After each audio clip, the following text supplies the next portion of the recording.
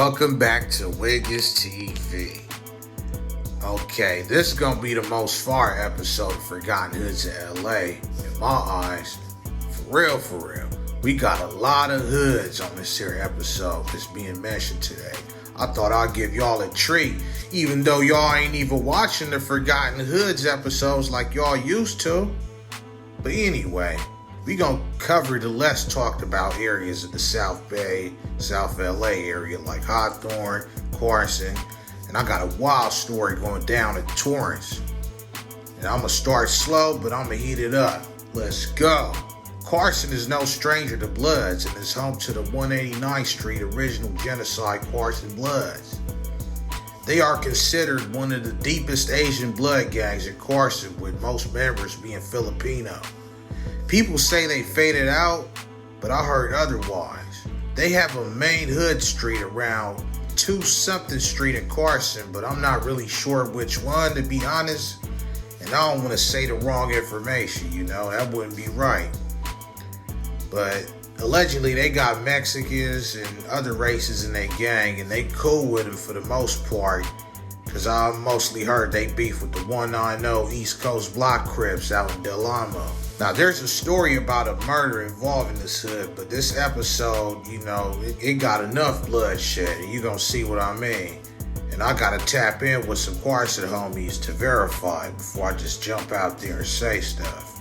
We got to respect each other's hoods and each other's privacy and each other's politics, man.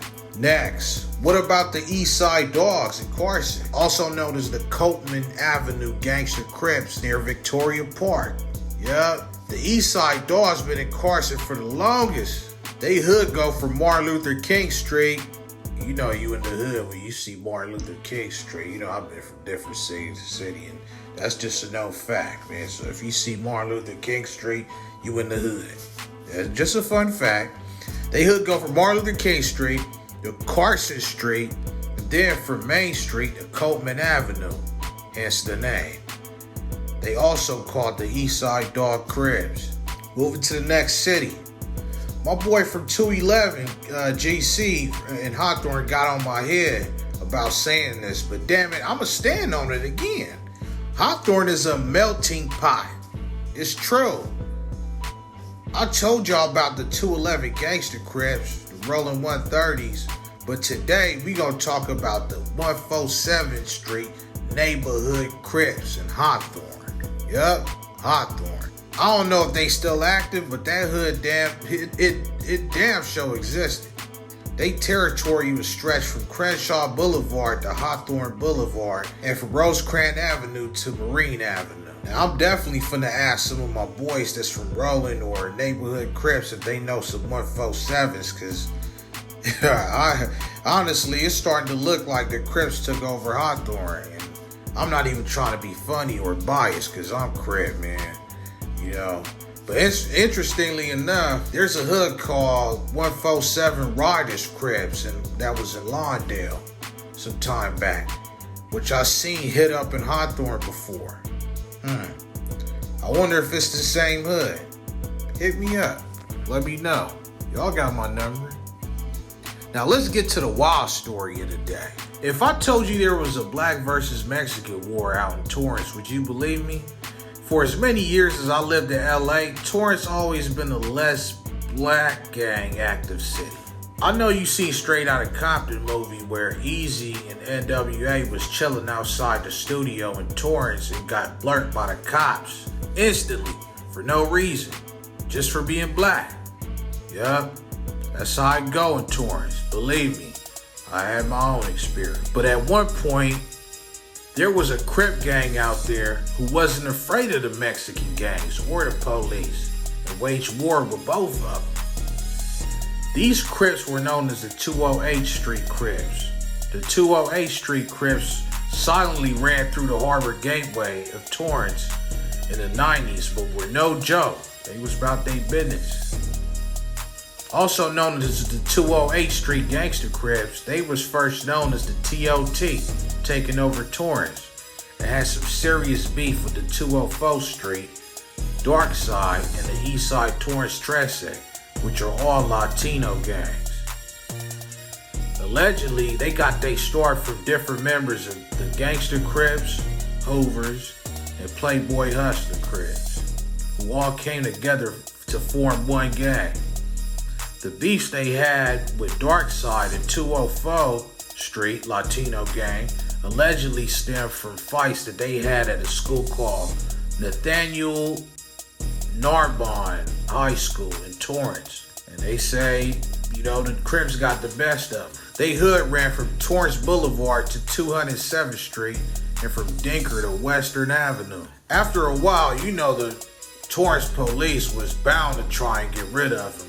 So a few of the 208th Street Crips went to jail in the mid-90s, but the beef never ceased. It continued on. But hold up, there was another Crip hood that they had beef with at Torrance. They was known as the 259th Street Mad-Ass Harbor Crips. They was also known as the Torrance Record Crew.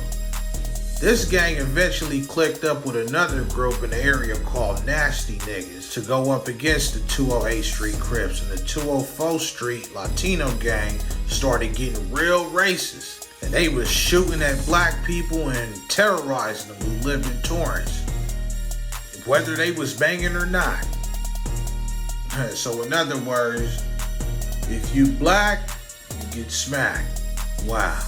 So some of the black people in the area formed an alliance with a gang in Gardena called Gardena Bad Influence, aka GBI, to combat the local racism in the area.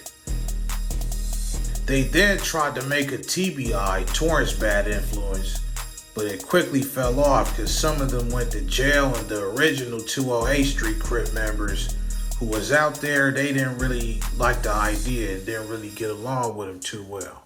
The Torrance PD say the gang wars got out of control.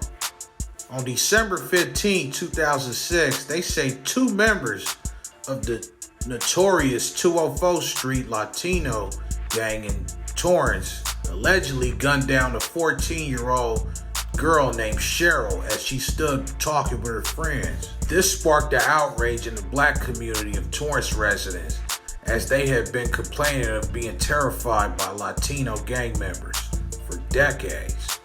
Allegedly, after a few old buildings were torn down in the area, new rental properties were put up, and most of the new residents were black and recipients of federal Section 8 housing vouchers. Their arrival sparked tensions among gang members and longtime residents.